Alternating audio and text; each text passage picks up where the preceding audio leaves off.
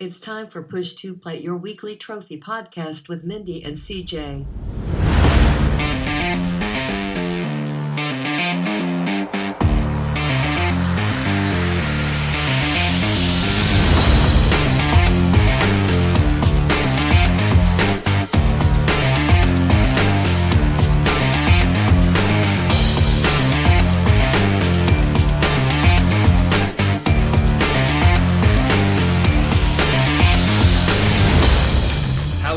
Listeners, what's up? Welcome to episode 31 of Push to Play. It's a quick turnaround for us this week. Again, I apologise for the late release on last week's episode. That was all on me. I was pretending to be really busy, but probably I was just playing more Final Fantasy 14, as most of you know. But anyway, look, we're back on track today. Recording early so we can be back on track today. Mindi, are you refreshed? Are you ready to go on such a short turnaround? I gave you a very, very plausible excuse to use, probably not even a lie, that you had terrible internet when we were supposed to record because, remember, it's worse than Kazakhstan? And yet, you are sitting here and saying, oh, I was just slagging off. No! Blame the internet. Well, the thing is, we learned from the last recording that you cannot actually be logged into Final Fantasy 14 and record a podcast at the same time in Australia. It is not currently possible. Did you actually try to do that? No, not yet. You didn't tell me that. No, I didn't. Look, when I decide to play Final Fantasy 14, every other device has to go off just so we have enough internet for it. It is dreadful here in the nation's leading city, Sydney, this morning. But look, let's not get into favoritism and things like that. Well, you don't want to overwork the gerbil that's working your. Oh, he does. We're on to the next one now. So poor thing. let's move on. So we have a wonderful guest today, a new guest for me, but a longtime friend, I think it's correct in saying, of Mindi's, a fellow Australian, Olsero. How are you today, sir? Yeah, good, thanks. How's everyone? I think we're pretty good. I'm good. Are you're still good, Mindi? Yeah, it's just wicked hot here. It's really hot and humid. And I know, and I'm complaining to Australians by saying this, but you guys talk about humidity, right? You get all that sea air coming in. You're complaining to someone from Perth. Do you know how hot it gets there? No, we have dry heat. It's more up in the tropics where they get the humidity. So there, yeah. I gotta give this to you in Aussie units. So it's about 34 degrees here. So it's wicked hot and humid right now. That's pretty average for a summer's day in Perth. I mean, we get up to 38, 39, 40. That's uncomfortable, but we get humidity. Oh my god, we're actually talking about the weather. Podcast over. Yes, well, I think it might be similar for you with the humidity that it is here in Sydney. Actually, Mindi, we get the temperature doesn't get too bad, but the humidity is dreadful. But yeah, Perth is crazy hot, so don't get into comparison with them by any means. So look, we've already alluded to where you're from, Sarah. Would you like to just tell our listeners a little bit about yourself, your gaming history, and such? Well, it probably was a late start. I just used to play some stuff on PC. Used to play a lot of a game called Tumblebugs, and then when my daughter was of the right age, she wanted to get a PS2, so I got her a PS2, and she was playing games like Prince of Persia, and then she wanted me to upgrade to a PS3, so I got a PS3, which my first one was actually free. It came with a TV set. I was actually in the market for a Blu-ray disc player. So the guy says, if you buy this TV, you get a PS3 for free, and it's you can play Blu-ray discs through it. So I got a couple of games. The game that I was playing basically all the time was Civilization Revolution, and she was playing Heavenly Sword mainly. And so I just played this game over and over again because it's got replayability, because every scenario is always different. It was back in the days when there weren't no trophies, so I just used to enjoy playing that over and over. And my daughter was playing Heavenly Sword, and she got really emotionally attached to it. I think she was 12 years old or something at the time. And at the end of it, because the character died, because the power of the sword overwhelmed her or whatever, she got really, really upset. She was so emotionally attached, she cried for days, didn't get over that.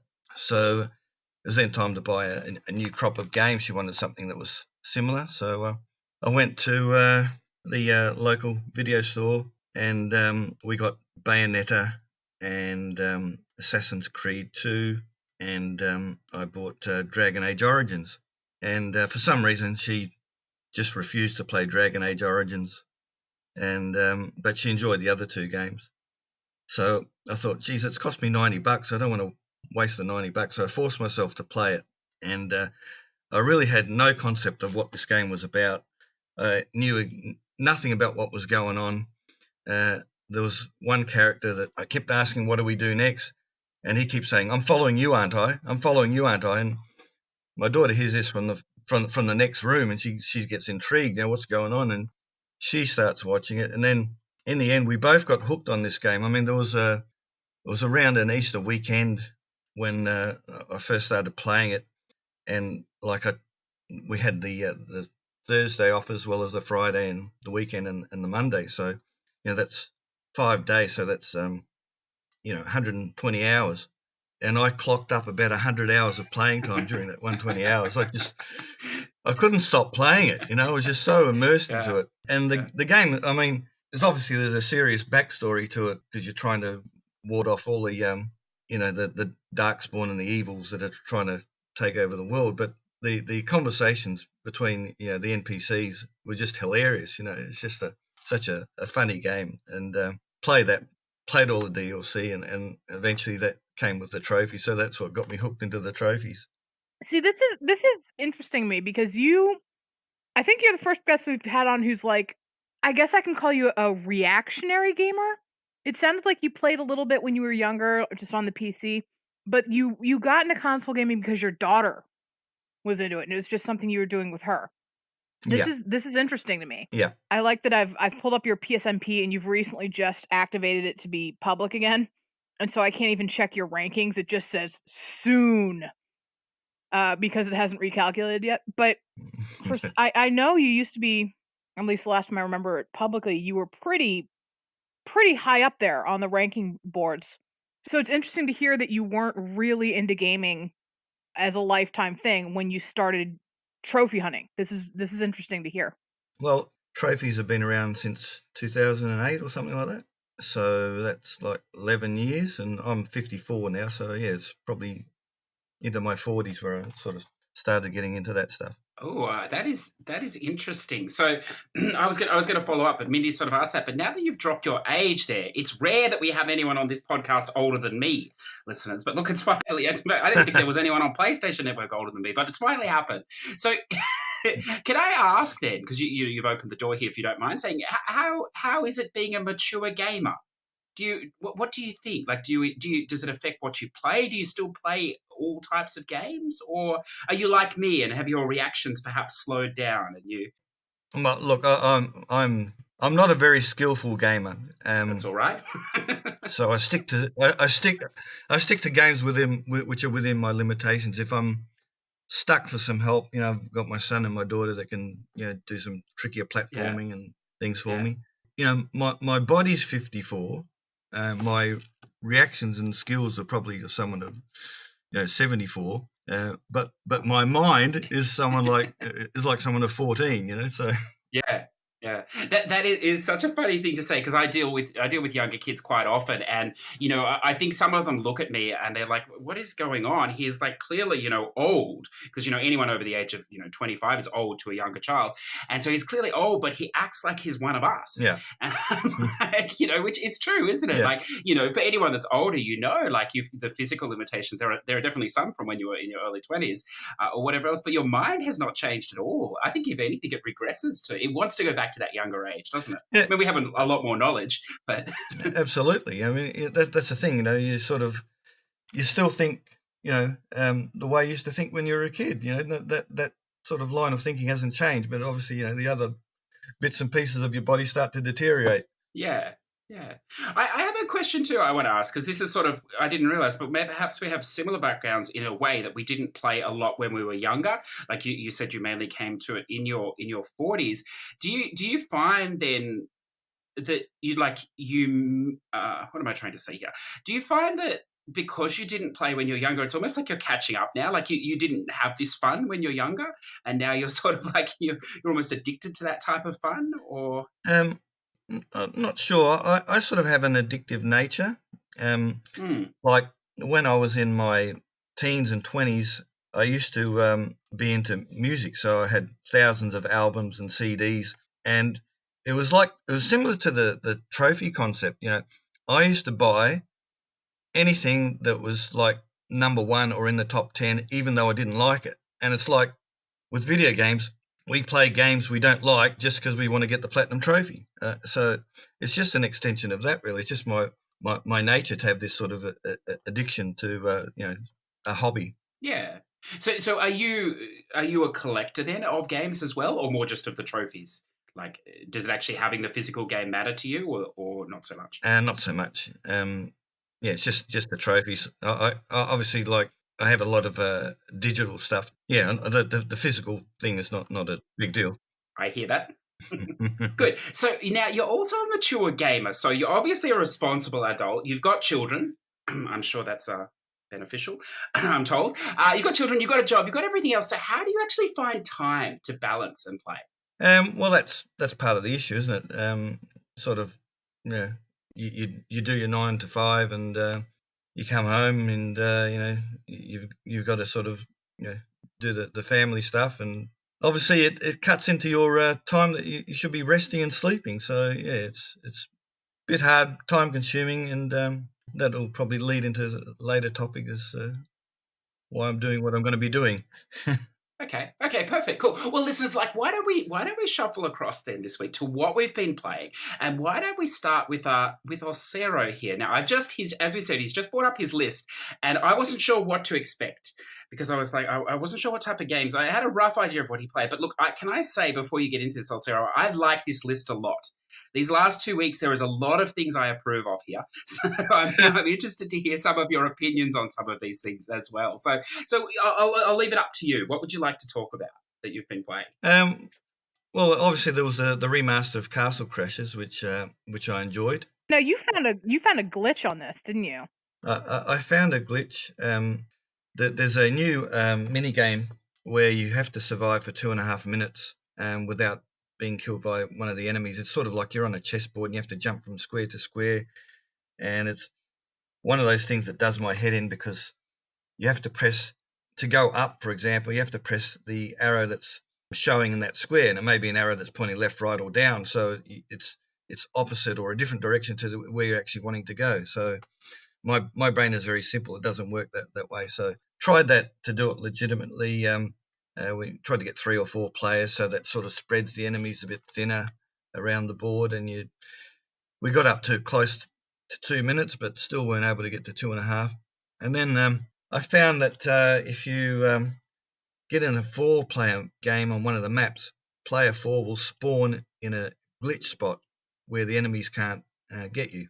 So even then, it's not straight as simple as just staying there, because when the other players die, there's a potion that appears, and there's a time limit to get that potion. If you don't get it within the time limit, then everybody dies. So the glitch then was to get one player to set up with 3 controllers, and then the 4th player joins.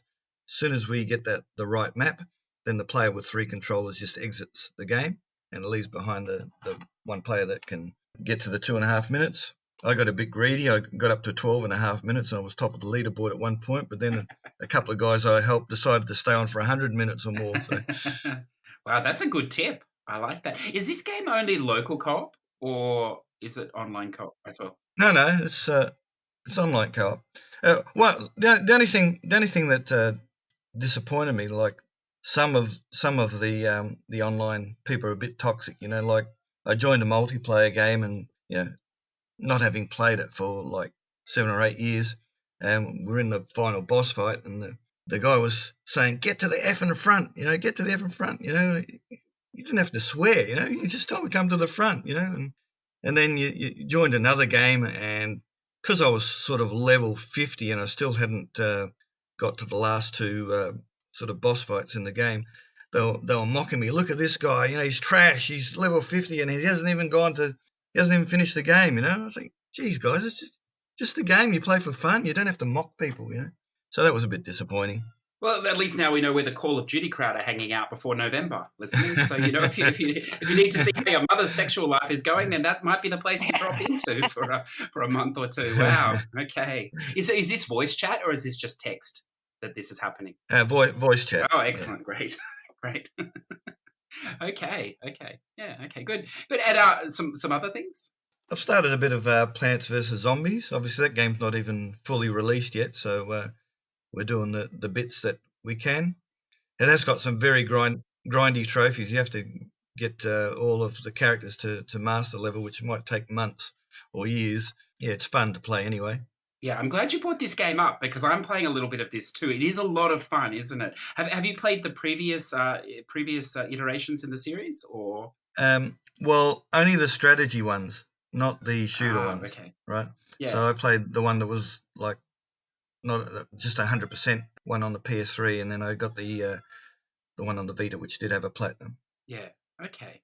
This one, I mean, listeners, if you've played the second one, it's the same principle, the same idea, but this game is much bigger. I mean, there are multiple. I'm not exactly sure because they're releasing them each week, aren't they? The areas or the subworlds or whatever you call them. So there's quite a few of them though, and then each of them has quest lines within them as well, doesn't it? So yeah, no, that is good. Yeah, and that ranking to 20, I was reading that there are different ways to cheese that because there's actually people that have already got that. I mean, it's still a bit of a time commitment, but you know, if that I don't understand that, but there are ways around doing it. But that is a really fun online co-op game as well. And I noticed the other week I dropped in, they bought my favorite mode back, the garden warfare part, co-op part, which is great. But yeah, sorry to hijack that. I really enjoy that game. Yep.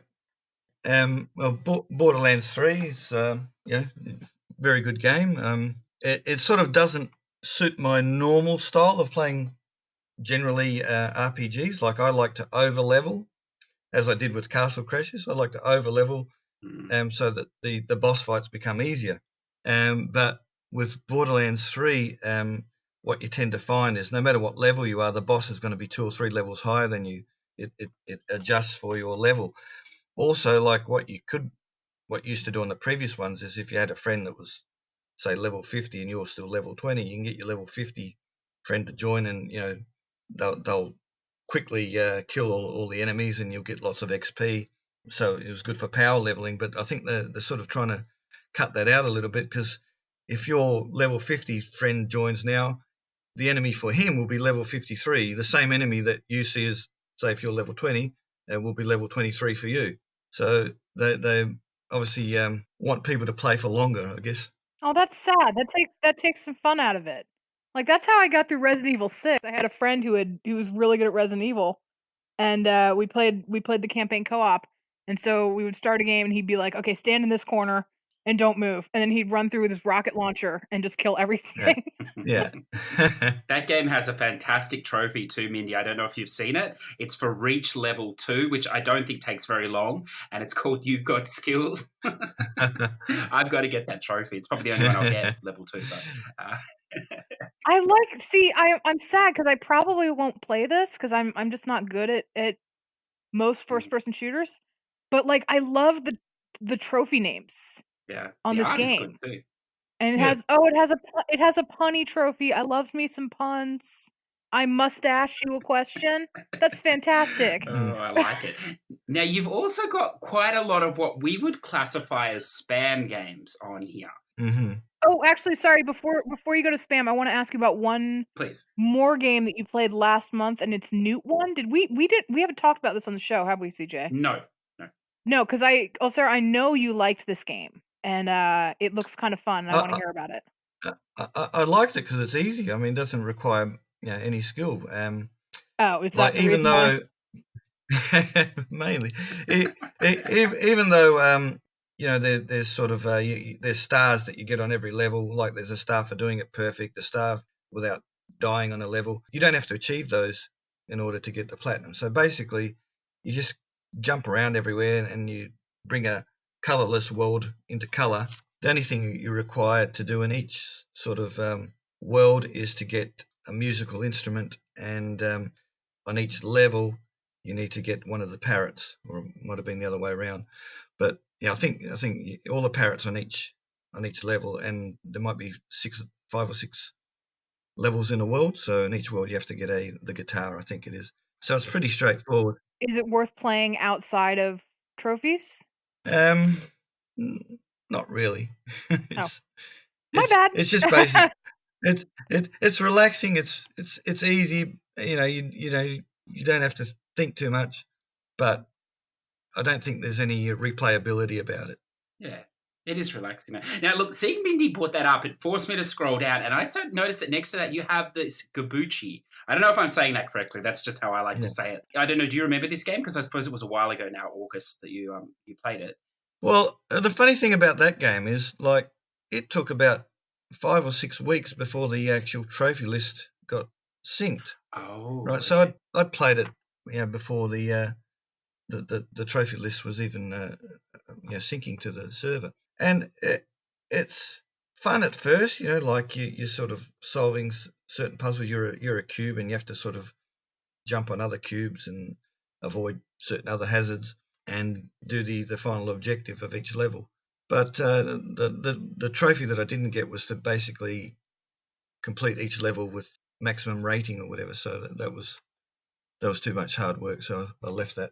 Well, I can actually tell you, because friend of the show, Ike Menzies, reached out to me this week. I think he felt bad for me because there is a way you can do this game. I see you did it legit, so I don't want to sully your opinion of it, but you can actually skip every puzzle in every level, and that will unlock all the trophies, but it won't unlock the last trophy, the game clear trophy. That's exactly what I did. Oh, you did? Okay. I didn't want to imply that you did that, but that's obviously what I did. I started playing it legit, and then it got a little bit difficult, and I was like, oh, look, this works. Yeah, same. I played the first couple of levels legit, and then I realised, you can actually skip a level, and I went through and got all the other trophies. But the last one is to actually do everything legitimately, so that's why I haven't done it. Well, that's what I thought too. And then, Ike with his 40 minutes, I mean, he is a master gamer. There is no question, sir. But I wondered how he did the whole thing in 40 minutes. And so he reached out to me and he said, actually, all you have to do is half the levels in level 15.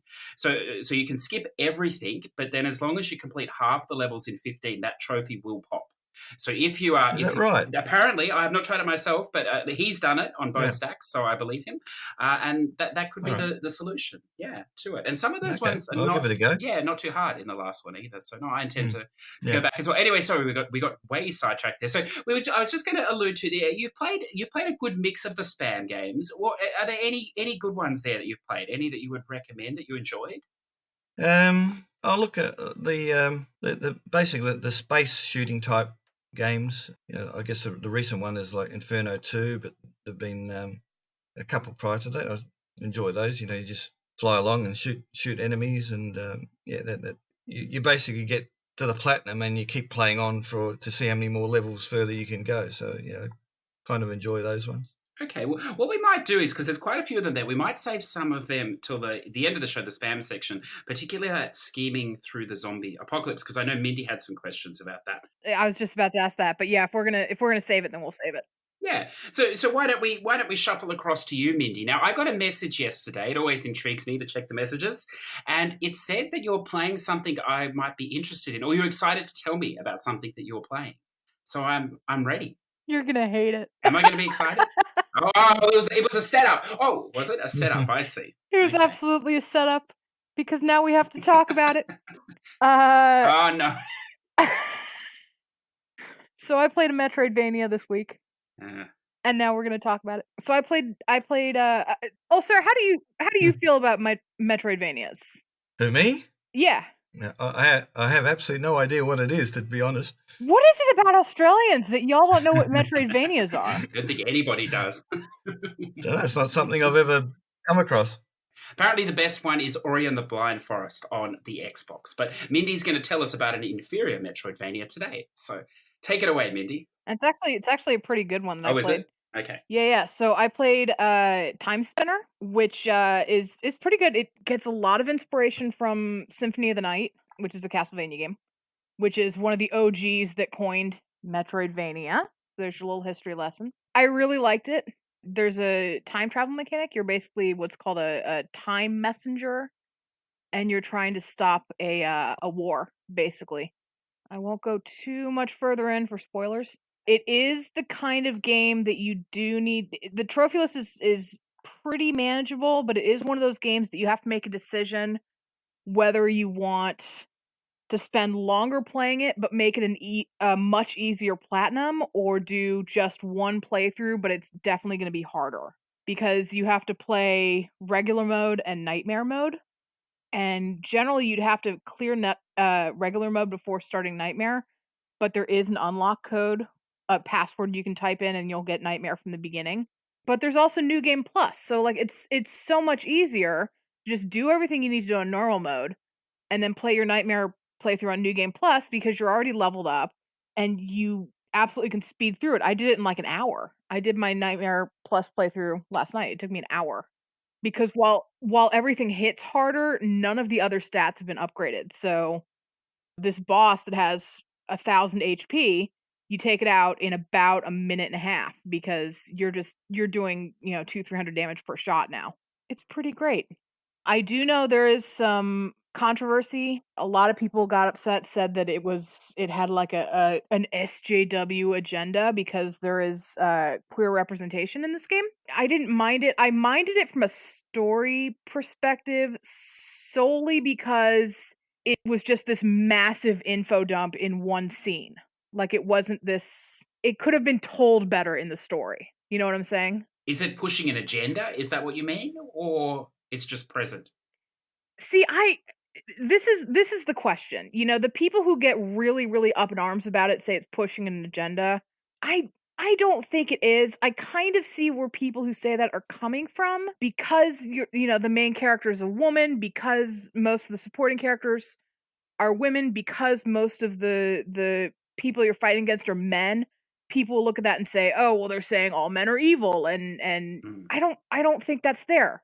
But I see, I can see why they think it because it's not what they're used to seeing. They're used to being some dude who's taken on some other dude. I think part of it is probably just a disconnect of the default is you are playing a guy and you're fighting against some major evil. And so when you have the opposite, when you have like a female character who's fighting against a human evil and not like aliens or whatnot, the setting is more primed to say this is an agenda. And I don't think it is. Okay, yeah, that's fair enough. That's interesting. Yeah, no, I understand. And then now talk to me. I see there's a few trophies here for collectibles. What are they like Yes. in the game? Is that a guide sort of thing follow, or is it pretty straightforward? Well, because there's a trophy, none of the collectibles are particularly hidden. There are a couple of like fake walls, just like any Metroidvania. But because there's a trophy for discovering 100% of the map, like you're going to get all these collectibles way before. There's one for getting all collectible downloads. That's in 2 sections of the game. So it's all very, very contained. It's very obvious that they're there because it's a massive bright panel in the background. Everything else is spread out, but there's not a whole lot of them, and it's really, really obvious where they are.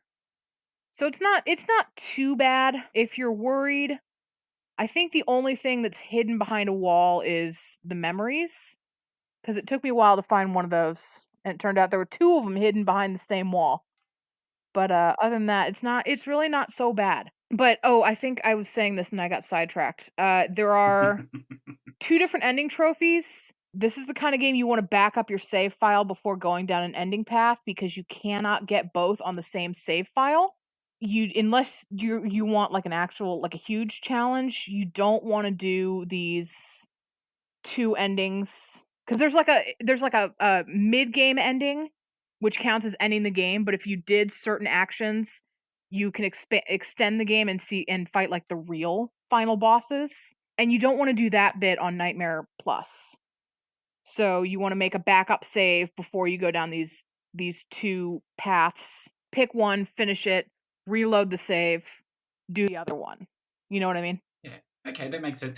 Yeah, but recommended. I do like this game quite a bit. It's one of the better Metroidvanias I've played in recent memory.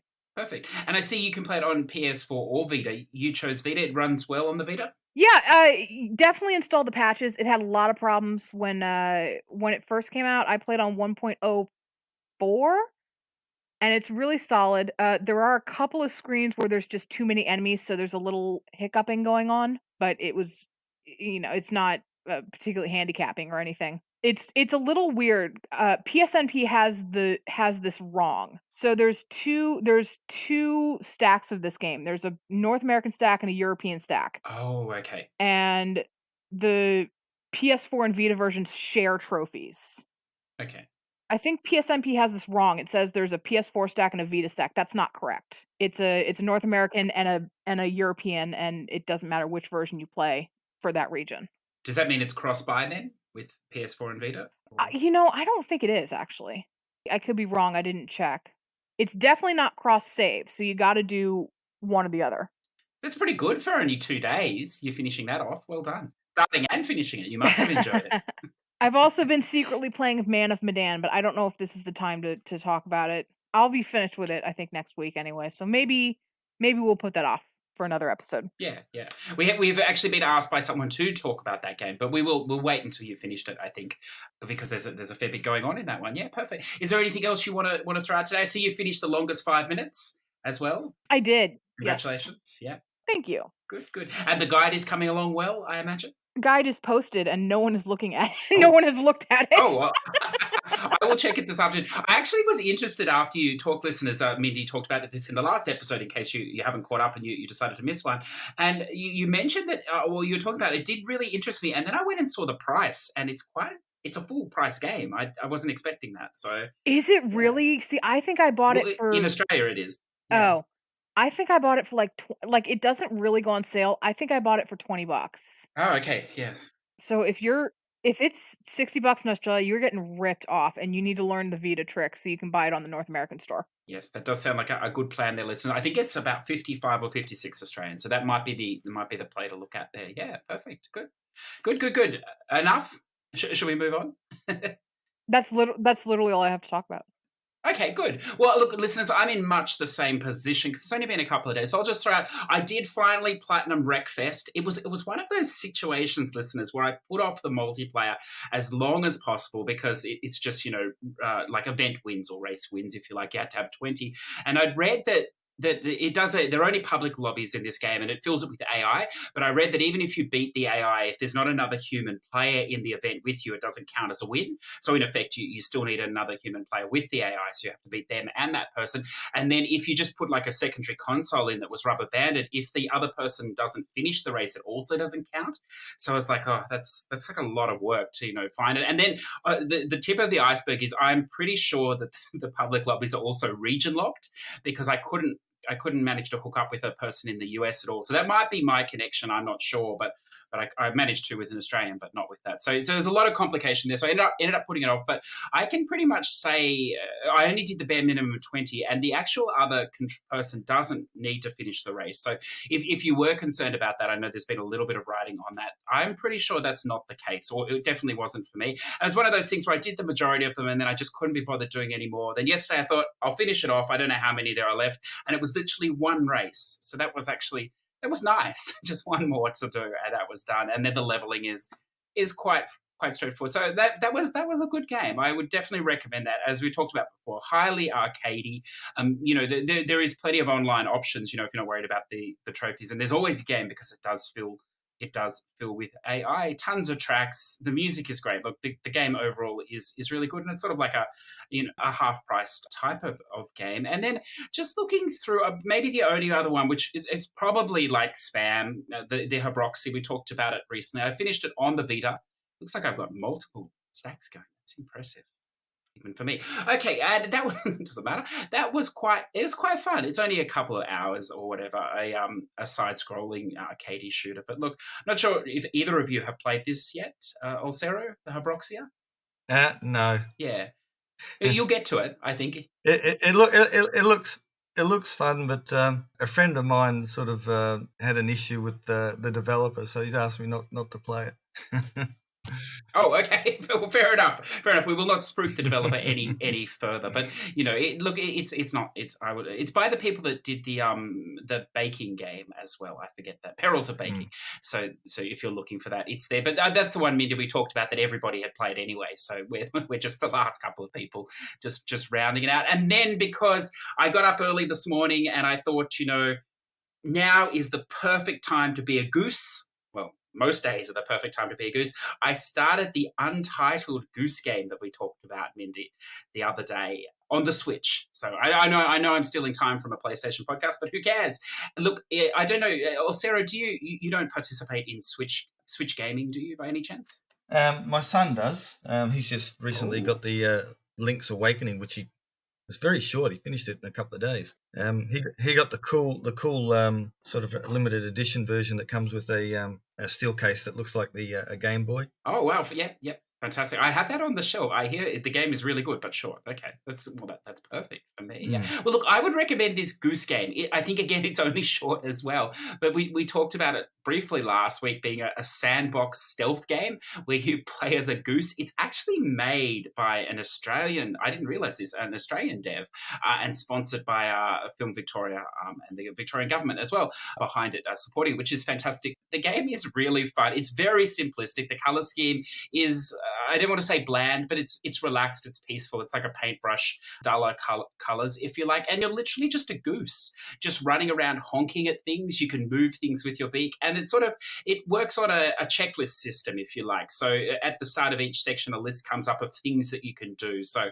like there's a rake somewhere and it says like, take the rake to the water. But of course, to get the rake in the water, the farmer chases you and you have to get the rake, without him seeing and stuff like this. And then you have to get him wet, by turning the sprinklers on, steal the radio, set up picnics, all this sort of stuff. So I've just finished the first section and moved into the main world. And it's just fun. I mean, it's just fun to be a goose being chased by a group of people as well, I think. Or maybe it's fun for me. I don't know. But look, listeners, if you do have a Switch, I think it's worth looking at. And it is on some sort of sale. Not much. I think 25% at the moment for this week on the Nintendo store. But yeah, other than that, I have a question. Not too much. Yes. You said this is an Australian dev, but it takes place in like small town England, right? Yeah. Yes. Is there a reason this game would not work with like a bin chicken in Perth or something? No, I don't know. It definitely would. Yeah. Yeah, I don't know why they went with the goose, but I think maybe the goose is sort of, isn't it like a refined creature when you see it from a distance, but then when you get up close, you realize it's not refined at all. I just wonder. Oh no, they're nasty little buggers. But so are swans. Like you would think this would work a little better with swans. Swans are Yes, vicious. I've heard that. Yeah, I don't know. I mean, maybe it's just the attraction. But you mentioned last time the music. They use the Debussy piano music, so it's like his etudes, his 2 books of images, and it's used like it's fragments. It's really cleverly used in that there's no sound, no music for the majority of the game until you do things. So when you come in contact with objects you need, and you steal it, you'll get like a little piano bit or something. Or when someone's chasing you, it will get faster and more intense. But as soon as you escape them or they catch you, it changes again. So it's a really cute little game. I mean, it's totally indie, of course, listeners, and there are no trophies, so I don't know why we're talking about it. But if you need a break or you're looking for something fun, I would highly recommend it. And look, who would have thought? I think this is the first time in 3 months I've turned my Switch on and it still works. So look, Nintendo, they're on top of it. They're on fire. You can get it readily for Deadly Premonition 2. Still angry about that. Yeah. Well, I'll play the first 5 minutes, Mindy, and tell you what it's like. That'll frustrate you even further, I imagine. So actually, yeah, it will. Yeah, Please don't. Yeah. Now, look, in our excitement to get to what we've been playing this week, listeners, I forgot that we actually didn't do the question, Mindy, at the start.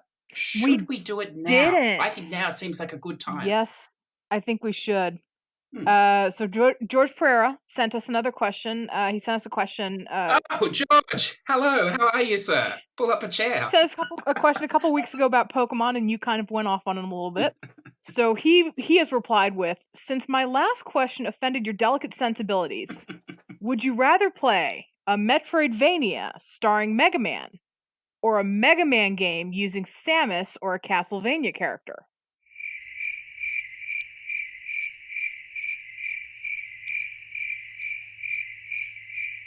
Could you repeat that question in English, please? Would you rather play a Metroidvania starring Mega Man or a Mega Man game using Samus or a Castlevania character?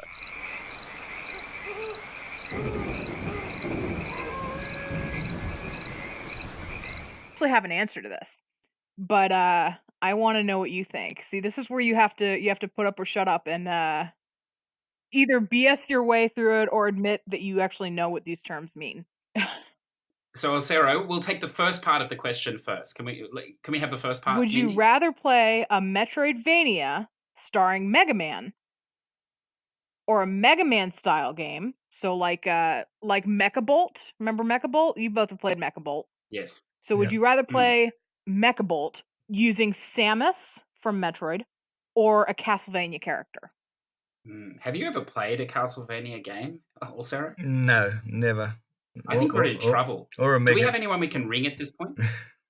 or a Mega Man game, or any of the other people that you mentioned. They're all foreign to me. Well, you've played Mecha Bolt, Yeah. right? Do you? So I'll give you an easy out here, and I'll actually answer his question in a minute. But I'll give you an easy out. Did you like Mecha Bolt? Do you like games like Mecha Bolt? Trophies aside, just the way that game played, do you like those kind of games? Not really. It was a little bit long, I thought, wasn't it? About 5 minutes. It could have been less. But I thought I got the point of it within a You guys minute. are awful. So look, George, I like that you've moved from Pokemon on to Mega Man. That is fantastic. Yeah. And now we're going to hear a proper answer, Mindi. Would you like to So help? my actual answer to this is I would rather play a Metroidvania starring Mega Man because first of all, I think that'd actually be pretty fun. But secondly, you really wouldn't have to change much. Part of the whole deal with Metroidvanias is that you gather certain abilities to come back and explore more of previous areas, right? Mhm. And Mega Man's whole shtick is that he gets different weapons from different bosses. But if you're playing the X series, which was the Super Nintendo series, it started to have these little Metroidvania elements. You would get a weapon in one stage, and then you would go back to a previous stage so you could access usually a power up, like a health increase or something like that. So I would be more interested to see a Metroidvania with Mega Man because I don't think there would be too much of a change, and I think it would be kind of fun. Excellent. Yeah, I agree with Mindi. I support that answer. Yes. Cheater. Absolutely. We're on the same page, so excellent. And George, I want to ask, how do you have all this time to keep submitting the same question every week when you're trying to plat Star Ocean there? I mean, what is going on? Perhaps your next question can be an update on Star Ocean, and we'll read it on the podcast because I would be fascinated to know how that game is going. Are you up to 400 hours, 500, 600, 700? Where do you sit currently in that quest for a couple of bronze trophies? So let us know. And I feel like you're becoming part of the show, so we will keep track of it if you like as you go along. Good. So look, why don't we move into new releases for this week? Now, it looks like there's a bit coming out this week. Mindi, did you have something you want to kick us off? Sure, I'm going to go with not an obvious one for me to pick. Well, I mean, obvious for me, I suppose. It's called One Night Stand. Oh God, that sounded wrong. Okay. Yeah, you get it. This is the After Dark episode. Okay, carry on. All right.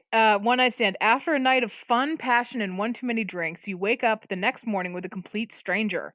Will you stay and explore your relationship with the stranger, or will you escape as soon as you can? With 12 unique endings to discover, can you keep up the act long enough to find out what really happened? That's a good description. Yeah, this is a port of a PC game, but not too old. I think within the last year. It's mostly visual novel. I like the art style. It looks do you know what rotoscoped is? I do So not. rotoscope is do you know who Ralph Bakshi is? No. Nope. No. Okay. So rotoscope animation is when you film someone and then you animate over that footage. So you get this very smooth animation. Like so Ralph Bakshi did the cartoon version of Lord of the Rings that came out in the 70s or late 80s. and that was rotoscope. He did one of my favorite movies ever, which is called American Pop. And so what he did was he filmed actors and then he filmed basically the whole movie and then went over and did like cell animation by the film frames. So it's got a very distinct look. And it looks to me like One Night Stand has either outwardly done this or the animation style is meant to invoke it. It is an animated game. It's not real people, but just looking at the trailer and the smoothness in the animation, I feel like it has been rotoscoped, and I'm all about that. I love rotoscope animation. But it looks like visual novel-esque, so probably pretty easy. Might do a guide on this one, depending on if and when I get my hands on this. Yeah. I like these style of games. It's a different topic. Well, a different topic to a degree, but it sort of almost reads a little like it might play a bit like that Pantsu Hunter with sort of the sections and the endings. I really like that. Maybe it'll be a bit more elaborate. There's only 12 of the endings, but yeah, okay, Right. That's cool. Olsero, does something here interest you for this? Well, I like Tropico 6, but I don't like the price at the moment. I mean, for Tropico 5, I paid full price, and I paid full price for the DLC, and then it all come heavily discounted. In fact, I think it was a PS Plus title. So this time around, I'll just wait till I get a bit better price for it. I like Tropico 5, so I'm looking forward to playing that one. Yeah, I read an interesting. I mean, those games they're sort of complex, but they're manageable, aren't they? In their systems, do you find that like it's not like it is a sim, but it's not like an over the top sim. Yeah. If it's anything like Tropico 5 was, yeah, you basically, it gives you, like in the story mode, it gives you set missions to complete. So yeah, it's manageable in small chunks. And then a lot of the other sort of event-based things, you can sort of set them up so that you're able to do them fairly easily. So yeah, it's not too difficult. It just takes a bit of planning. Yeah. Yeah, I believe this one is slightly easier than next week. Than the Tropico 5, in that all the trophies are attainable in the sandbox as well. So some of the ones could potentially be easier. But yeah, no, I agree that is a very enjoyable game. Yeah. So Mindi, did you have another one that you wanted to throw out? Yeah, I didn't realize until I read the drop today that this game that I was actually looking forward to, this kind of interesting looking puzzle platformer, was VR exclusive, and that really bums me out. And it's Carly and the Reaper Man: Escape from the Underworld. Oh, okay. I didn't know this. Yeah, I'm bummed out that it looks like it's VR exclusive, and I hope they're just advertising this as PSVR, but it's PSVR optional. I don't know how the drop handles PSVR optional versus PSVR required. So we'll see what happens there. Yeah, okay, perfect. That sounds interesting. And look, listeners, I'm going to go with one that I'm on the fence about, the Tom Clancy's Ghost Recon Breakpoint. So I did play the Wildlands one. I actually did plat it, surprisingly, listeners, I know. And look, I thought it was okay. It was a massive game on a massive map. There was sort of a ton to do, and I understand that the support in that game has been massive. There were two expansions, paid expansions, but there's been a ton of other free content as well that's come out. So my hesitation with this one is the first one you really did need to play in 4-player co-op. They did give you AI, but they were not very effective. So in this new one, if you do choose to play by yourself, you don't actually get 3 AI companions. You get like a drone that sort of flies with you and does that to that effect. So I don't know if that works better. I'm very hesitant on AI helpers, if you like, after the Wolfenstein Youngblood, which, yeah, I mean, when your AI companion is not great and then you're below subpar yourself, it can be a very challenging experience. So I'm not sure about that, but I believe that there is, for this weekend, and I think into next week, so it may be too late by the time we're listening, there is a free beta up on the store if that does interest you. I have downloaded it. I just have not had a chance yet to jump into it. But again, it's supposed to be a massive map, and I think if you're sort of like The Division, but you prefer a more outdoor setting or something, I suppose, a bit more jungle sort of natural cover type situation, and perhaps even more tactical because it's a much wider open space. This could be the game the game for you. So I don't know whether I'm trying to talk myself into this one, listeners, because this is the last thing I need, or not. But I'm not sure. It does look interesting. And then I also saw, seeing we're talking VR, I saw there's a VR horror puzzler there, Mindy, as well. This No Yeah, I was Way wondering Out. if you're going to talk about that. Yeah, I didn't own it. Literally just saw it. So No Way Out, a Dead Realm Tale. So that looks interesting. Yeah, it does say it's like escape, so it might be like an escape room type thing. I'm sure you'll play know. 5 minutes of it, so please tell me how it is.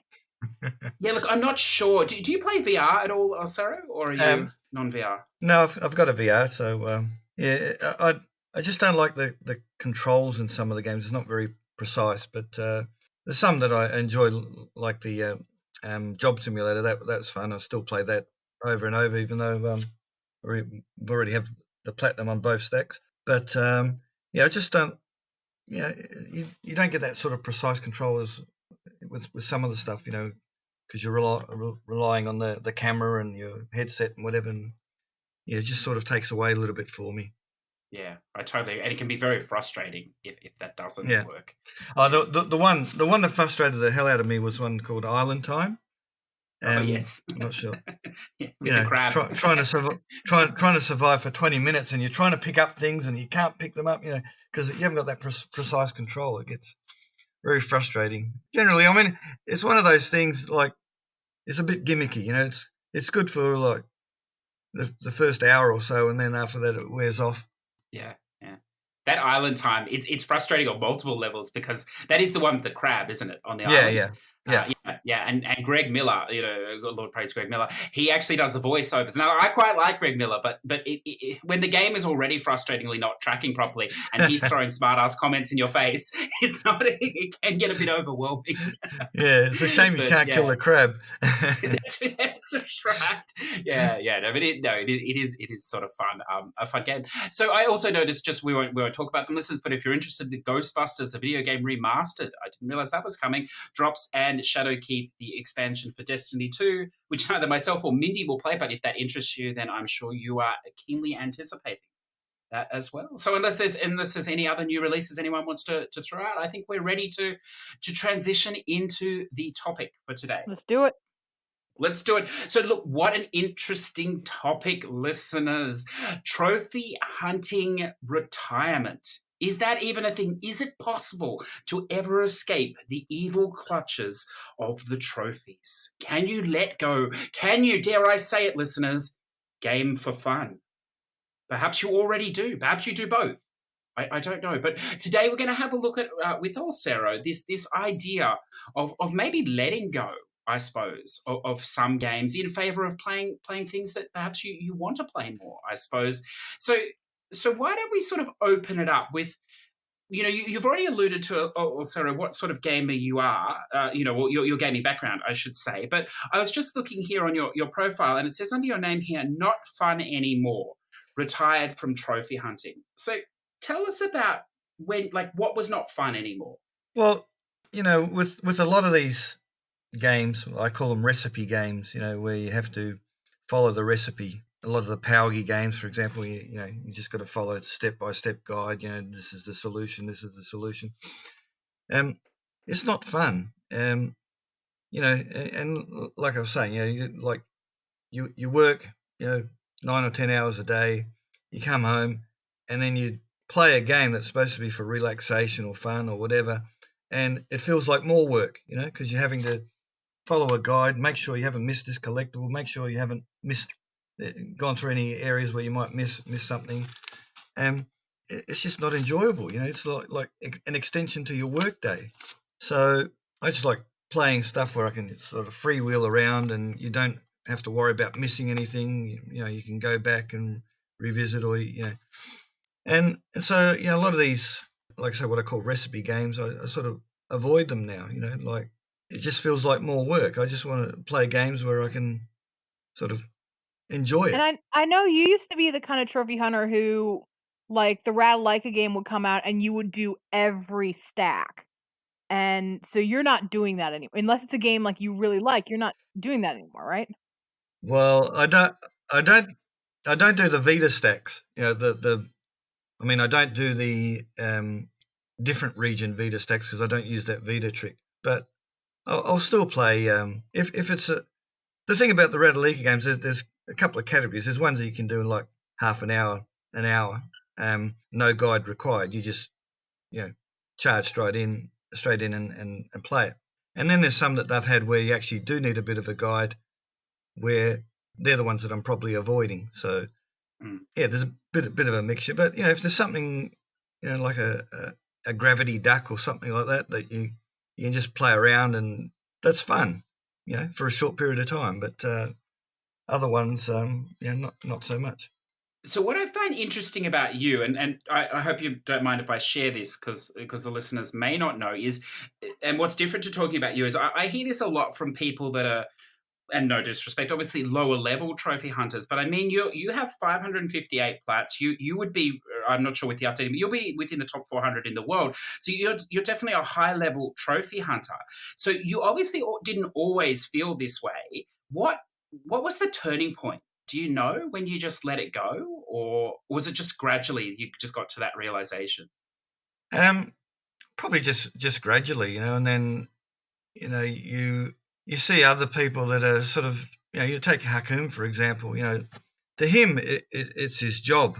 That is his job, right? He does that, I don't know, 16 hours a day.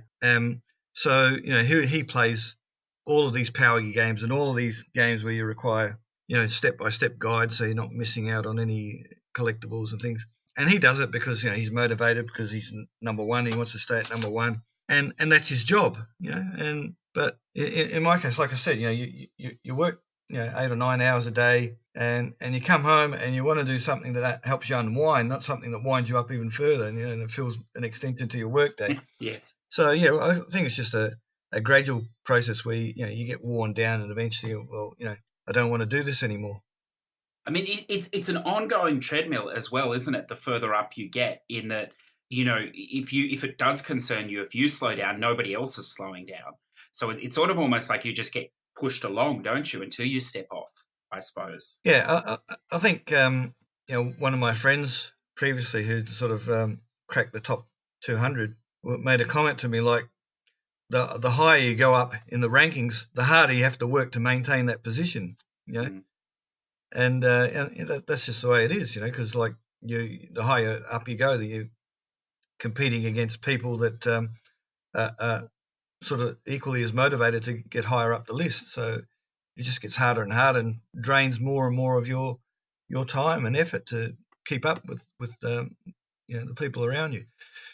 But for me, like it's just been a general decline where so many games are coming out. Like Radalika comes out with a new game every week, or sometimes or whatever. There's so many of them coming out, and they're just occupying too much of your free time that you should be dedicating more to your family life and other things. Yeah, no, look, I totally agree. And I mean, and it also eats into the time you set aside for gaming, doesn't it? I mean, the longer you spend on those games, the less time you have for any other game, but potentially longer game that you might want to invest in, I suppose. Yeah. Well, the thing is, for me, it's a form of madness, Yes. Like, step back and look at it, and why are you playing games like Hannah Montana or Barbie's Pet Rescue, games that you don't enjoy, just to get trophies? It just makes no sense. And you're supposed to do video gaming to have fun, and not for trophy hunting. It's this system has sort of made people sort of addicted to the trophies. They'll play anything as long as it's easy, just to get the trophies, which is just crazy for me. And you get to the point where there's been some people that, you see from the number of trophy services that are set up, there are people paying other people to play video games for them. I mean, how crazy is that? That's just total madness. But that's not new, right? I mean, that's not new, since, but it's like it's, World of Warcraft and stuff. You had gold farmers getting paid for doing work. Yeah, but you're paying people to play Hannah Montana for you. That's just nuts. Sorry, I wonder, Mindy, if that's slightly different, though, because that's an MMO. I mean, a similar thing happens in Final Fantasy. If you're running out of money, if you wanted to, but especially earlier in the game cycle when the economy was not broken, if you wanted more money, you could buy money off people, but it didn't mean you weren't playing the game. It just meant you didn't have to spend 20 hours whacking the tree to get some money to keep playing the game. Does that make sense? Like, I wonder, I think trophy services are a little bit different because you're not even playing the game at all. Even after you got the plat, you're not Well, involved. that's true, but aren't there gold farming services where it's literally like you? I guess maybe they are just selling their own currency to these people, but Yes. my understanding was like you paid someone and you gave them your account for like 3 days, and they would like resource farm for you. Yes, but you're still gonna come back and play the game afterwards. Yeah, that is true. So Yeah, yeah. I think there's trophy service. There's two kinds, right? Like there's like the legit one where it's literally someone playing it for you, but then there's the what is it, the CFW, the custom firmware stuff where they just hack it in.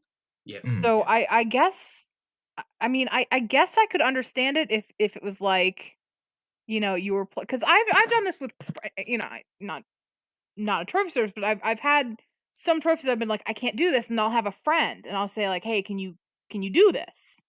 And some people would say that's cheating. I don't think it is because someone is, sitting there playing my thing. But I can understand this gray line of as opposed to me handing the controller to my friend who's there on my couch and saying, "Hey, can you try this for me?" versus paying someone to do it for you. There is a very gray line there. That's not what the topic's about. It's just interesting to think about. Yeah. But it feeds into it, Yeah. doesn't it? I mean, if you see this sort of thing happening, I suppose you just it means you have less interest in it because you know how unfair it is. Yeah, I Well, mean, no, so you said it yourself. You said you'll yeah, play, and yeah, then if there's something you can't do, you'll hand it to your kid and say, "Hey, can you get me through this section?" yeah, that's right. Where is the line of But difference there between, "Hey, can you help me get through this?" versus, "Hey, can you unlock this trophy for me because I can't do it." yeah, but I'm playing the majority of the game myself, and I'm just getting help for the trickier bits, right? But to actually pay money and give access to your account to some person on the other side of the world to play a game that you're fully capable of playing anyway, just so they can get the platinum trophies for you, that's just nuts. That's not what gaming is supposed to be for. You're supposed to game so that you have fun. So kind of shifting focus here. There was this really short period of time, like a 2-week period of time, where a bunch of trophy hunters, like high-level trophy hunters said, "That's it, I'm done." Right? And you were in this group of people, so I don't know if it was like a movement or just like massive coincidence, or if one person decided it, and then a whole bunch of other people were like, you know what, yeah, I'm not having fun, or some reason or another.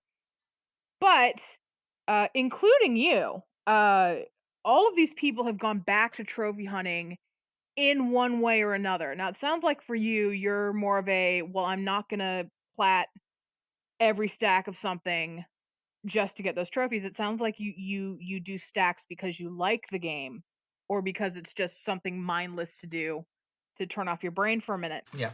Is it was it first of all, did you intend to just not uh, to give up gaming or to just give up uh completion trophy hunting because the majority of stuff that you play you complete.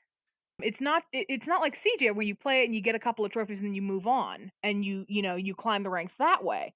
You have a fairly high completion percentage. You're around 87%, which is pretty good. So did you mean to stop just hunting trophies altogether? Did you mean to stop just completing it unless it was just wicked easy, or what was your definition of retiring? Well, ultimately it was just to stop playing for trophies. I mean, but this is an addiction, so it's hard to do that completely. So what I did was basically took myself off leaderboard so that that you're not doing it to try and impress anybody to sort of go high up on leaderboards because you're not on the leaderboards.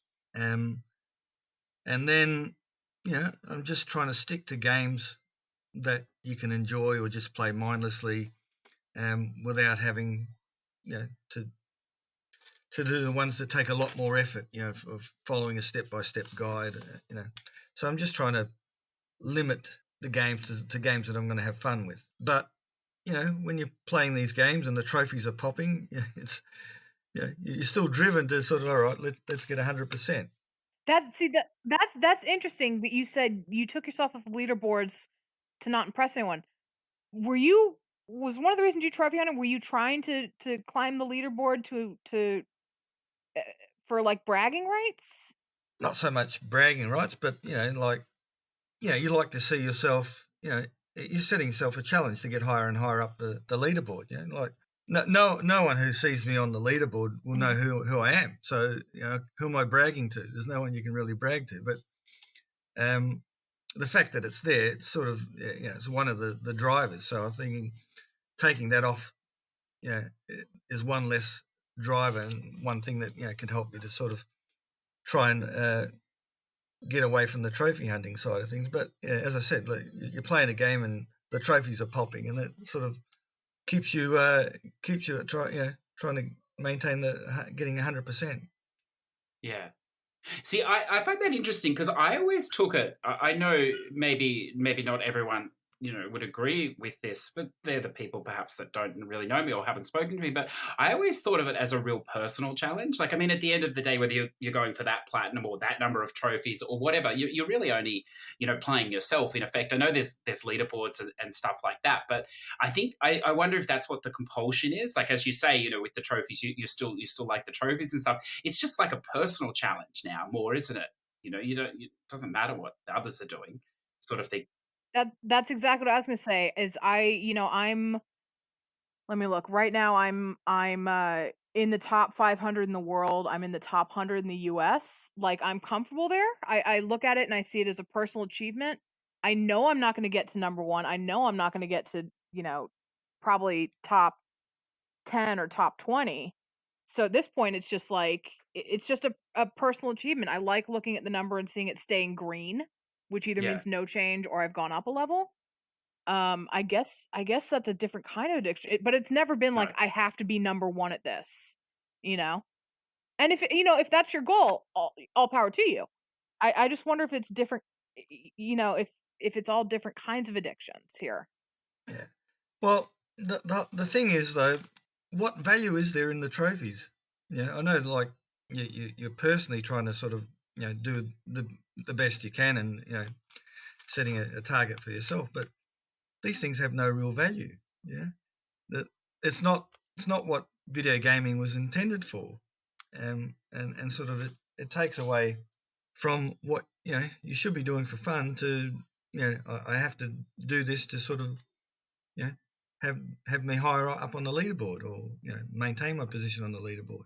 But that's always kind of been there, right? Like in the 80s, it used to be you wanted to set the high score at the arcade.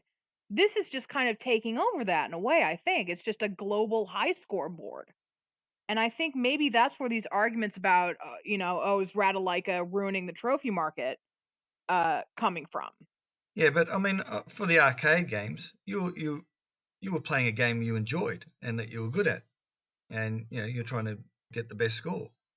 For trophy hunting, you're playing any game, even games you don't enjoy. Well, but I think there's some spillover here because you read about people who want to set like speed run records or high score records on games just because maybe they've practiced and practiced and practiced and they're good at it. Doesn't necessarily mean they like the game. I'm sure games like Donkey Kong, a lot of people enjoy Donkey Kong, so that's a very thriving record-setting community. But then you get things like what did Corn Shack say? Because he has some speedrun record. He said like Captain Novolin, like no one likes that game. It's a little BS. Like wasn't it like a diabetes game? You don't play that for the fun. You play it for the record. So I'm wondering how much spillover there is here for people who do all these stacks just to get the number up versus enjoyment. And I wonder maybe if that's where the addiction sets in when you're that kind of trophy hunter and you say you're going to retire, but then you go back and say, well, I'm just going to play stuff that I like, and yet you're still going to get as many trophies out of that as possible as opposed to just playing the game. Like for something like you mentioned Gravity Duck, right? And you've platinumed that a couple of times. Did you keep playing Gravity Duck after you platinumed it? I actually did. Yeah. See, I didn't do that with Gravity Duck. I did do that with Hoggy too. Yeah. See, I wonder, like, even though trophies are a thing, I think at the inherent core of it, it's still fun. Like, you enjoy gaming. I mean, I'm still, look, as I said before, I've mixed with some of the most hardcore trophy hunters in the world, and a lot of them I have a lot of problems with because I don't think they're really honest in what they say and what they do, and I think that causes a lot of people in the mid levels to burn out or whatever else. But that's a separate issue. But even at the core, whatever I think of them personally, I still believe they do fundamentally enjoy gaming. I think there's a lot of other things that, have the ego and everything else, and being number one or being number two, whatever else is so important now. But at the fundamental core, I don't believe they're sitting there going, I hate this hobby completely. So I think there is a fundamental like for gaming. Like, you'd agree, wouldn't you? Like, you enjoy gaming. I'm sure we can say that. Yeah. That's the point. You enjoy gaming, but you don't enjoy, as trophy hunters, you don't enjoy all the games you play. You're playing quite a number of those games just to get your stats up. And that's the thing. Like I was sort of hoping that from now on, whenever they make a game, you get all the trophies just for looking at the menus, and then you can just go and play the game without worrying about the trophies. Yes.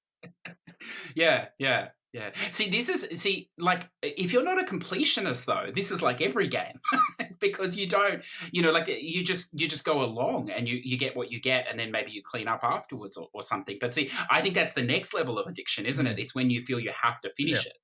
The platinum I'm talking about here, not necessarily the game, because sometimes there's a big difference between finishing the game and getting the platinum.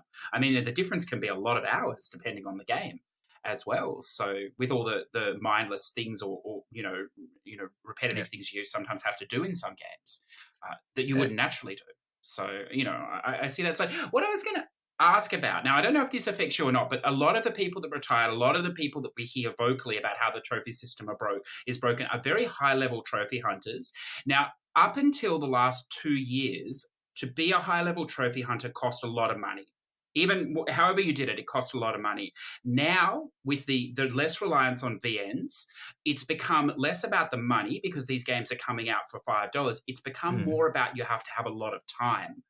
Now, that's the difference. There's been a massive shift between 15-minute VNs that cost $100 to now a $5 plat that takes 3 hours, but there's 10 stacks of it.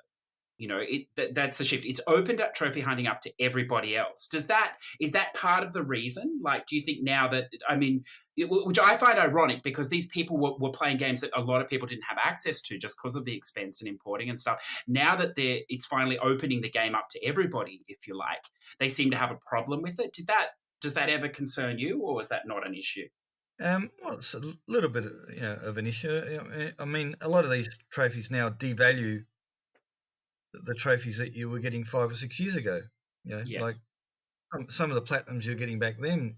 I remember when I had like about 3 platinums, and I was looking at people on my trophy list that had 17 platinums, and I was saying, gee, I wish I could have that many platinums, and now I've got 500, so it's just a lot easier now, Of course, these Redolika games come out every week, and like you say, multiple stacks, and it sort of devalues the effort that happened 5 or 6 years ago. But and everyone's now you've got the Vita trick as well, so you can squeeze every last stack out of every game.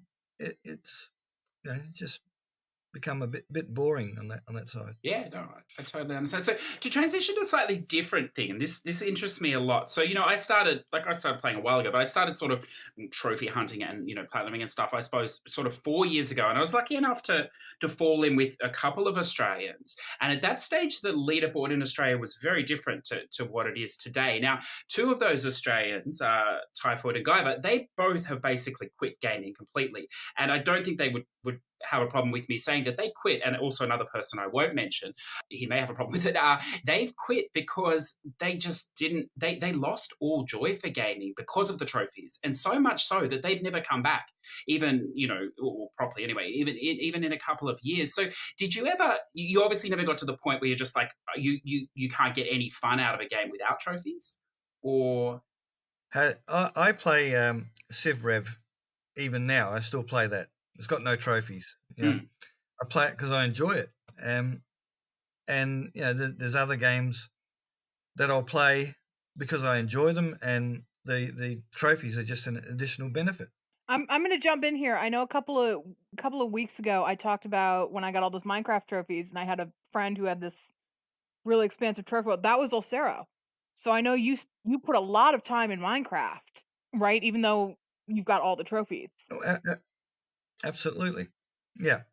And like Thanks I've again for that, by the way. probably helped around. I've probably helped around like 400 or more people on Minecraft, and of course they keep coming back. When new DLC comes out, you got to sort of top up to maintain your 100%. But in fact, I used to have a community, right, which was Minecraft trophy assistance, and I used to get heaps and heaps of requests, and then it just got too much, like a new DLC comes out, and you got 40 or 50 people all wanting to get all the trophies at the same time, and I think, no, that's just taking up too much of my time. I don't mind helping people occasionally here and there, but not that many, it just takes up too much of my time. And for each of them individually, they think it's only just them asking me for help, but it's I got 40 or 50 people asking me for help at once. It just gets too much, takes up too much of my time. But I did that video you can get generated from Sony. I did one of those and had like a ridiculous amount of hours that I'd spend in Minecraft. Do you want to share the number? I'll share my Final Fantasy number, which I think will be smaller than your number, but still disturbing. I can't remember. This was probably a year ago when I generated that video. I probably got to redo it. But yeah, I mean, it was just something crazy, and you think, that's quite a significant part of your life is spent on playing that game. Yeah. Yeah. So listeners, just in case you listen, so you know that I'm not full of bullshit. When I did that, my Final Fantasy number came back, and I'd only been playing it for 2 years. And I know it's a very small number compared to hardcores, but it came back at like 650 hours. I mean, that's pretty crazy, considering playing all the other stuff as well that I played in that time. Well, to think like my number, I think was well north of that, but yes, I bet. it was only the time I'd spent on PS4. I spent probably just as much time on PS3 because that's where I developed all of the main worlds to begin with, and then they migrated them to PS4. So just a crazy amount of time spent on that. And I've got to say, I've helped people with varying skills, from noobs to people, with the highest amount of skills. I've helped people that don't speak a word of English, and on occasion it got very, very frustrating trying to explain to someone, what you have to do to get a simple trophy. You just take some contents out of the chest, go to the crafting table and make this thing, and obviously they don't speak any English. They've never played Minecraft before, and you're sitting there tearing your hair out. But eventually you get it done. Well, I remember something that's stuck with me, because one of the great things about doing a podcast is that we get to talk to so many different gamers, and you get so many different perspectives. And I remember Macca saying that, he'd finished a game or something, and someone said, well, where's the guide? And he's like, you don't need a guide for this game. You just play the game. And then he also said later on about some other game, and it's like, if you got to this section of the game, you're not going to know how to do this if you just followed the guide, like it was a slightly skilled fighting game or something. I don't know what it was, but you have to put some time into it, and it's sort of what you're saying, isn't it? If you just drop in and you have no idea how this game works, it's just frustrating for everybody. But that happens, obviously. but I got to tell you, initially, my son was the one who was playing Minecraft, so he'd got all the trophies bar, I think, the last 3, which was to ride a rail for 500 meters and to kill the Ender Dragon. So I think I went on one of the sites, might have been PSNP, where there was some guy boosting and offering help. So I sent him a request, and he took me to his portal. We went in the end portal and came out. So I didn't even see the Ender Dragon, and I got those 2 trophies. And then we had to ride the rail. And bearing in mind it was probably 2 a.m. where I am, so that it could accommodate where the guy was in the other side of the world. and I had no idea how to get in the minecart. I got no idea how to propel it, so I just kept spamming buttons, which were effectively taking me into the minecart and out, in and out, and out, and it was moving along. And obviously, it wouldn't register the 500 meters because I was effectively going in and out, in and out. And the guy, instead of sort of explaining to me or whatever, he just came up to me, killed me, and then booted me. Yeah. And I spent the rest of that morning mining for iron and gold and getting enough resources so that I could build the rail line myself, right? Still had no idea how to operate the cart. And then in the morning when my son woke up, he was able to tell me, you need to put some redstone here, there, and there to sort of power it up. And we finally did it. And I guess that's what sort of one of the things that actually motivated me to help people and be patient with them, because I know what it feels like when someone's makes you feel like crap, when they kill you and boot you because you're a noob. But that's one of those things. Yeah, I mean that's a really good point. I mean that is really prevalent. I mean that happens a lot in Final Fantasy, 14. And I think it happens a lot in any MMO or any multiplayer game where there's this perceived, I don't want to say arrogance, but perceived ability by some people that they don't have time for someone that's slowing them down or whatever else. And look, I understand the flip side. They may have spent thousands of hours in that game and they're trying to quickly, run this raid or run this thing, and then go do something else. So I do see both sides of it. But yeah, I mean, it's nice to be pleasant online, isn't it? If possible, in a game for everybody. Yeah. Well, if you're offering to help people, then help them. Yes, otherwise, don't offer to help them. Yeah, exactly. Yeah, no. I definitely agree. It's interesting. So, listeners, I know, like obviously, it sounds like I'm very hypocritical because of the way I play, but I think there's a lot of similarity. I mean, for those people that know me, I've been on and off the leaderboards quite a bit, and come back and go, and then come back and go. And at the end of the day, the reason that I'm still there is because I own a ridiculous number of games, and the leader having your profile on there does show you every game that you have. So that's good. Like I love gaming. It sounds like you love gaming. I know Mindi loves gaming, and we're just sort of passing that love that we're having with games on to other people. Maybe we do it in different ways, whether it's helping in Minecraft, as you say, or giving people knowledge about other games and other means and stuff to perhaps access them. So there's a lot of it's a lot tied up, I think, in this idea of playing, trophies, retirement, and coming back. So I know Mindy's got a final question. I hope this is not it. So because I want to ask one first. Do you think, and I know we can never, nothing is forever or whatever else. Do you think you would ever change your position though and come back? Or do you think now that you're sort of free of all this sort of stuff, you're free and clear in effect? I'm definitely not going to be playing the games that I don't enjoy playing, because that defeats the purpose. But I'll continue to play games that I do enjoy. And I look forward. There's games that that are coming out soon that I'm looking forward to playing. So, but and the thing is, though, the thing that is hard to sort of give up. You play these games you enjoy, but the trophies are still there. And, like you will still try and complete it 100%. Even though I guess the intent of the trophies originally was just to basically increase the replayability of a game. But the whole thing about achievements and trophies or whatever is to increase the replayability of a game. Like, so you could just play the game and that's it. But no, with having these achievements or trophies, you'll actually go through and play it to make sure you get all the achievements, get all the collectibles and whatever else. So otherwise you just play it once, end the story, and that's it. You wouldn't play it again unless it was that great a game that you would enjoy playing it 2 or 3 times.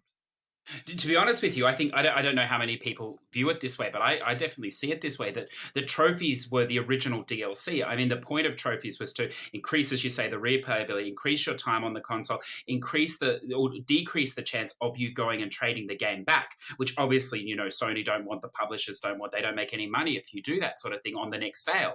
So they'd much rather you keep the copy. And then DLC came along, paid DLC, and they were like, wow, this is even better than trophies, because now they're going to keep the game, they're going to keep playing it, and we get to earn extra money.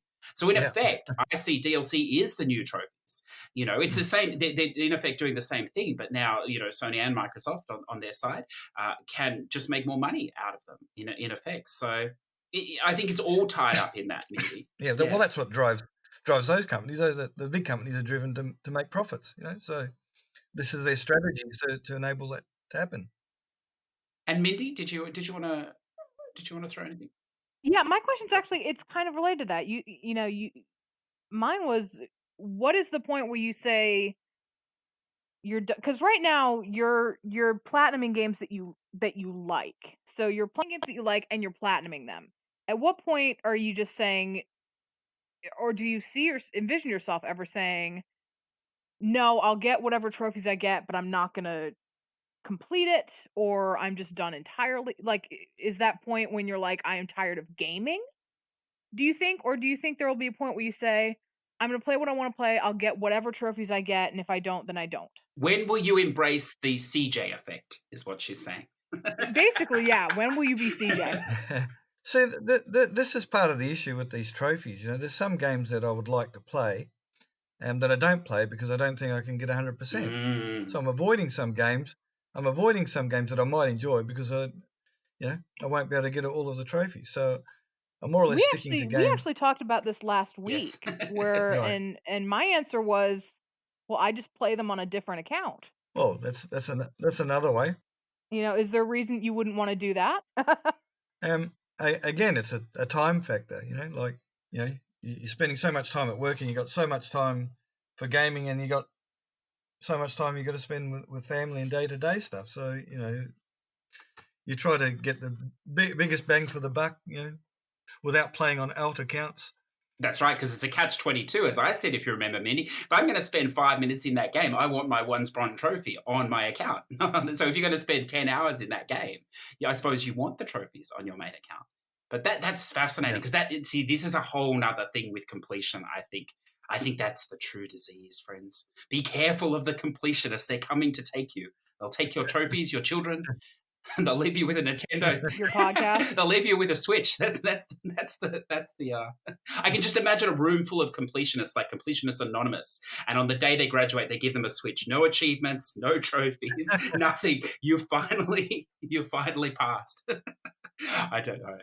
Yeah. Look, that's fascinating. Was there any other lines you wanted to go down there, Mindy? Or No, this is a conversation you can really go into, but I think for the purpose of this podcast, I think this is a good overview.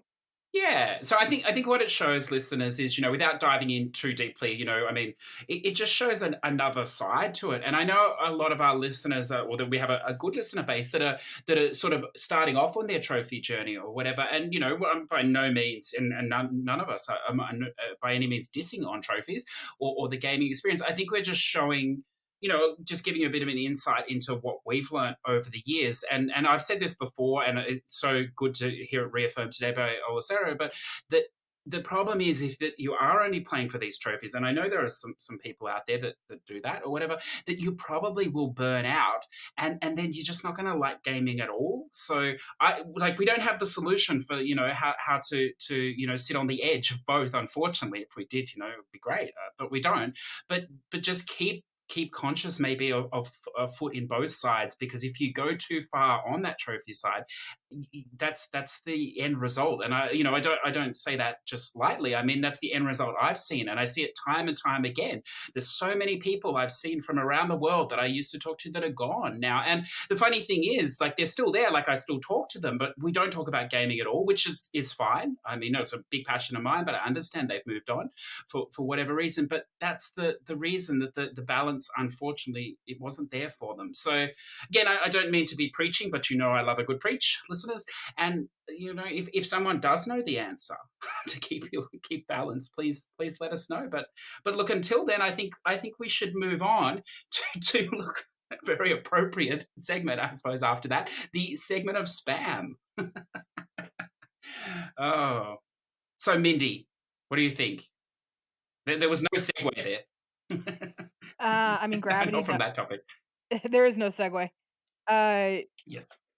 some new agent stacks came out, like Yes. Hymno and Yes. Gravity Duck. Now, maybe this would be a good point to ask about that zombie apocalypse game. Oh yes, What's it like? Oh, Sarah, you've platinumed it. It's actually a fun game. It's a bit of a, the dialogue that's going on between the rabbit and the dog, and they're trying to con people to go scavenging for them and collect a percentage of what gets scavenged. And obviously you got to do a minimum of 2 playthroughs, one where no one dies and another one where you get certain of the characters to die. But it's actually fun. Also, for the second playthrough, you can actually hold down the R1 button and skip a lot of the dialogue. I did the first playthrough without skipping, just to sort of get a flavour of what it was about. And then once I actually did 3 playthroughs because I didn't have a guide, so I just played it blind. And the second and third playthrough, I just pressed R1 until I got to the actual choice. It's actually similar to a virtual novel. You have so much dialogue, and then at a certain point, you got to press one of the dialogue options, and that affects the outcome in the story. But it's a nice game. This is this week's rat game, right? Yeah. I'm going just by the percentages alone. It looks like it's more difficult than a lot of the rat games. Not difficult at all. Just probably people being lazy to explore all the dialogue options. So in effect, it plays like a VN. I see. With okay, yeah. Yeah. Well, so it's a VN. Effectively, it is a VN. Yeah. Okay. Interesting. Yeah, I think I one of the things I was just going to mention is that, well, at least in the first hour, there's a lot of language in that game, isn't there? Like I wasn't, which is fine. I don't think it's it's too much, but it's unexpected. It was unexpected when it started for me. Yeah. But so be forewarned if that does worry you, listeners. But I'm sure it possibly doesn't. And then now, what about this? I see you've platinumed this Color Slayer. Oh gosh. Again, I mean. It's basically one of the things you don't have to think. You just sit there and try and avoid the obstacles and hit the right, either the right coloured blue or purple person. So there's two score streams. One is distance and one is hits on people. But yeah, it's. Can't say it's a lot of fun, but it's not. It doesn't feel like one. You just sit there and you click left or right, depending on which color person you want to hit. So just kills a bit of time. Would it be fair to compare this? Would it be fair to compare this to Color Guardians? I've not played Color Guardians. You would be doing Color Guardians a big disservice if you did that. No, this is not nowhere near. I meant gameplay wise, not necessarily like fun wise. No. Okay. I don't know. I haven't played it. I'm not being judgmental. The game is very basic. It isn't it, Olsero? It's not hard. I mean, what will help? What will help a lot is if you have a turbo controller. Because I was wondering if you were going to mention that. Yeah. I don't have one, but the grindier part of the trophy is the distance. So if you had a turbo controller and you just sort of you'll die after 200 meters if you're not actually playing it. But if you keep repeating over and over with a turbo controller, you don't even have to play at all. But the bit you do have to do is the one where you have to hit people. But that's a lot quicker than the actual distance trophies. That's correct. And listen, there's a little tip with that one. So when you die, it reloads fairly quickly. But if you actually play that game offline, so if you take the internet connection off your system and you play it, it will reload instantaneously. Because I was trying to figure out, because it changes songs each time, and I think it must be licensing the song. It must be it's uploading the score perhaps to an online leaderboard. So it takes I don't know, like 5 or 6 seconds. Okay. To start, but offline straight away. Yeah, one of my friends was telling me that they were trying that with a turbo controller and it kept crashing after about every 10 minutes. It can crash, and this must have been because of this the online portion. And then another one of my friends says, just switch it to offline, and you won't have the issue with the Yes. crashing. Yeah. It would save you time there, definitely. So look, I'm going to throw out the Dreaming Canvas. We talked briefly about it last week. There is a second stack now, EU stack. Look, as a paid-in game, it takes 10 minutes or something. You don't need a guide for it. You literally load into the 5 different worlds, and you just go to the pictures with the people. If you want to see which people you need to go to, they're actually the trophy art icons, as someone pointed out to me. So the guide is actually in the trophy list, I suppose, for that game. And then we also speculated when next gen sandbox could be done in under an hour or maybe 30 minutes. It definitely can if you want to. There's actually a video guide up now that's very good. It's itemized in each of the trophies if you so wanted that. And then, look, because I'm on a roll, and I saw this one, and this is a very sneaky, dirty trophy trick. So, I was all over it, although I haven't done it yet, so let's hope they don't patch it on me, because there's no way I'll be able to do it without it, is the Star Wars Jedi Knight 2 Jedi Outcast. Somebody's found a fantastic way of using the cheat codes to basically manipulate the most difficult playthrough trophy into sort of using a combination of God mode and clipping and save reloading to get the last level, and then get the trophy, get all 3 or 4 difficulty level trophies straight away without even playing the game. And then you can just go back and play the game on easy or whatever you prefer. So that will open the game up to me for sure. Might open it up to some other people as well. And I believe that's supposed to be quite a good game, or back in its day. So perhaps worth a look. Mindi, do you have anything else you want to push out to the listeners? I don't, but apropos of nothing, I just realized during the question of the week, I kept saying Mecha Bolt, and I meant to say Metagal. Oh, that makes a difference. Yes. Oh, that would have. That makes a hell of a difference. Mecha Bolt is not a Mega Man type game. Metagal absolutely is. Yeah. Well, look, George would have picked up on that straight away, I think. So, I'm glad that you clarified that for us. So, look, now, listeners, I was remiss. Yeah, an hour later. Yeah. Look, he's playing Star Ocean. An hour is like nothing to him. An hour is like 1 minute to him. He's like, what is this podcast? I need hours of podcast to get through this game. What are they doing? Yeah, no, he'll be all over that. So, look, it would be remiss of me, listeners, to again forget to read out the platinums. I do apologize for last week. As you know, I was slightly under the weather, self-inflicted, and so that's the excuse I will go with. So we just have a couple to get through, so I'll just beg your indulgence, Olsero and Mindi, for a second, because we're in effect, we're 2 weeks behind on this, and we'll start with Zador VP. He got, sorry, listeners, I'm just opening the list here. For number 431, Final Fantasy VIII Remastered. Still a great game 2 decades later. Well, so I've heard that not everyone agrees with you on that, but look, I don't know, so I'll believe you. Number 432 for Zador as well, Groundhog Day, Mindi. He did that, which he quite enjoyed in VR, so that could be worth a look. That's good. I absolutely love the movie. Yeah. The fact that I was going to get the game until I realized it was a VR game, but I might still get it anyway. I could see I will have to convert you to my viewpoint that Groundhog's Day is a horror movie that has comedic bits. Makes me wonder what happened in your childhood that you consider that a horror movie. But anyway, listeners. And then, look, Afraid of the Folly. Look, he is on fire. Platinum number 21, Metropolis Lux Obscura, which was I don't know if either of you played the Candy Crush style game with a story. Oh, I didn't play it. Love that game.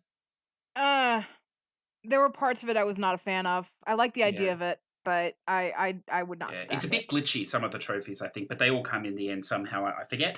Then look at this. It just makes my heart swell when I see things like this. Plat number 22, Slide. Well, why not? Why not exactly? Why not? Why did that game never get another stack? Yeah, that was the infamous 1,000 top rated, wasn't it? Renamed that game. Yeah, I remember that. Then Olsero Plat number 555, which we talked about today, Castle Crashers Remastered. Congratulations. Then Dino Raw, thank you for posting platinum number 696 Distraint, which we've also talked about, and he's currently the fastest time of all 4 PSNP stacks on the NA things. So congratulations. I'd ask you what the story is about, but considering you have the fastest time, I assume you have no idea at all. So then we had... Wait, sorry, did he set a time that's higher than all of the other ones just on one version? Or is he like me in Forgotten Anne, where he holds the top time on every stack of the game? He just says his current fastest time of all 4 PSNP stacks. So I assume it's the fastest across all 4. Yes. But, Okay. I don't know. Then Slammer Jammer has joined the party. Thank you, sir. A previous guest, and lots for him here. Number 149, Gravity Duck. 150, a milestone, I suppose. Word Sudoku by Paugi. 151, Mix-Ups by Paugi. 152, One Word by Paugi. Wow, you were on fire there, sir. And I see that there's a new Paugi game coming out, which you've already referenced, and perhaps you'll guide, because I know Mindi, he does some guides for these games, which are very good. So he does a lot of the Picross. Oh, guides. Picross, is it? Sorry, I thought he did the Paugi ones. Yeah. Okay, excellent. And then, Zador Drop has just jumped up. A whole lot of stuff here, but we'll just skip over that. And then number 433, you just got it in time, sir. Star Wars Jedi Knight 2, Jedi Outcast. It doesn't... Yeah, so it does say, I just wish they had kept the dismemberment cheat. I don't think he knew about that little sneaky cheat we told you, listeners, so he did it legit. So congratulations to you, sir. I think we are fully caught up there on the Platinum Club. So if there's nothing else today, and I feel we're on track. I feel there is nothing else. I'd like to thank you for joining us, Olsero, today. I hope it was tolerable for you. Oh, it was enjoyable. And the one thing is, it's good to actually meet an American that's quite knowledgeable on issues outside of America. I had an experience one time. This was like 3 or 4 Christmases ago. I was helping someone with Minecraft. Might have been Boxing Day, and they said, they knew that I was from Australia. They said, I hear it's hot down there this time of the year. And I says, yeah, it's our summer here. And he says, but doesn't that feel weird that it's Christmas and it's hot? It should be snowing. And so it's not weird for us because it's always been summer at Christmas time. And then he says, what month is it there?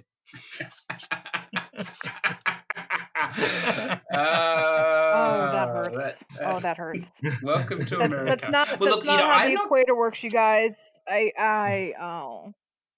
Yay, public school system, yay. I'm not convinced that Mindi really is American. I mean, she's there by location and geography, but the longer you speak to her, you realize that she would be out of there in a flash if she could. So she's a displaced person, like many Americans perhaps at this point in time. But look, I don't know. I don't know about that. Yes, so listeners, if you live in a mostly English speaking, because I guess I can still speak French, country, and you want to hire me, let's talk, because I think you're right, CJ. I think so.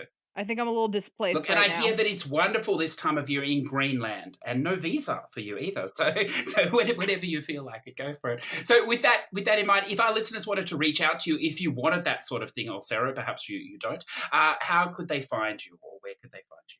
Well, you can message me on PSN at Olsero, I guess.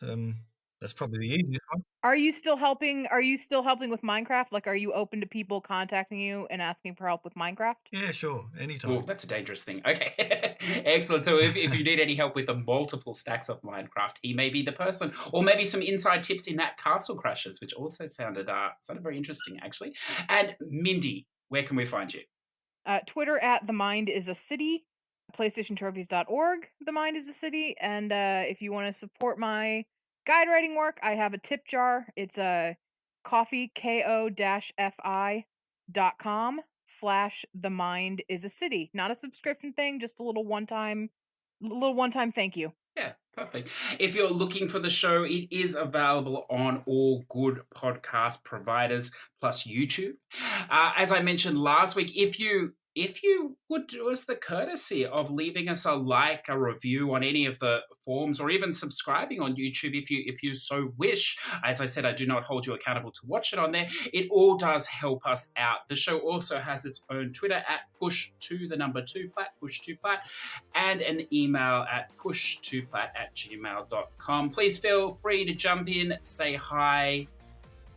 Ideas, questions, whatever you like, pretty much. And of course, we have the Platinum Club, which we read off from today. That will be a weekly thing. I will be back on top of that, so feel free to join that. That's an open club on the PlayStation 4. So with that in mind, whether you retire, whether you continue, whether you do whatever you're going to do, which you probably will. Yeah, even play the Switch, I don't know. Have a fantastic week, listeners. May the trophies be kind and the games fun. Thank you, Olsero and Mindi. Thank you. Bye. Bye.